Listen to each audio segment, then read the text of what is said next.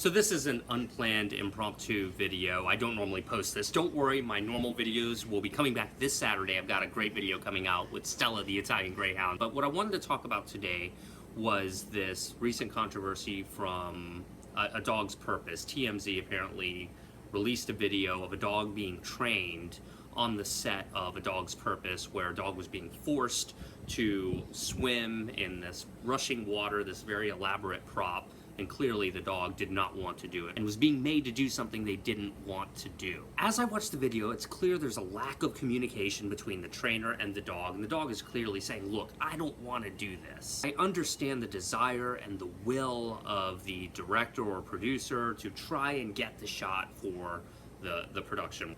Those involved with production typically don't have the know-how that a professional trainer has. In other words, they know what they need, and they're contracting out to some trainer to say, hey, what can you get a dog to do this thing that we need the dog to do? And since dog training is a completely unregulated industry, you really just don't know what you're going to get. You don't know if you're going to get a trainer who uses positive, modern, humane methods, or if you're going to get a trainer who's just like, yeah, I'll see what I can do. So you've got to prepare the dog and make sure that they are enthusiastically doing the thing you want them to do.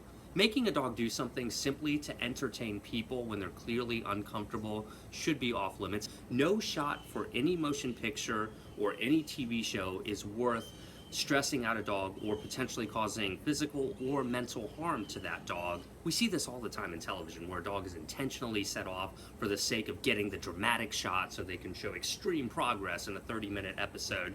And in my opinion, most of those dogs are simply just being pushed too far, and they're just reactive dogs that with anywhere between a couple of weeks and a few months worth of work will probably be just fine. Since I'm a dog trainer and since I'm making video content about dog training, I'm always having to ask myself, is that ethical or is that not ethical? And anytime I think a dog is becoming overly stressed or has the likelihood of becoming overly stressed, that's when I, say no more.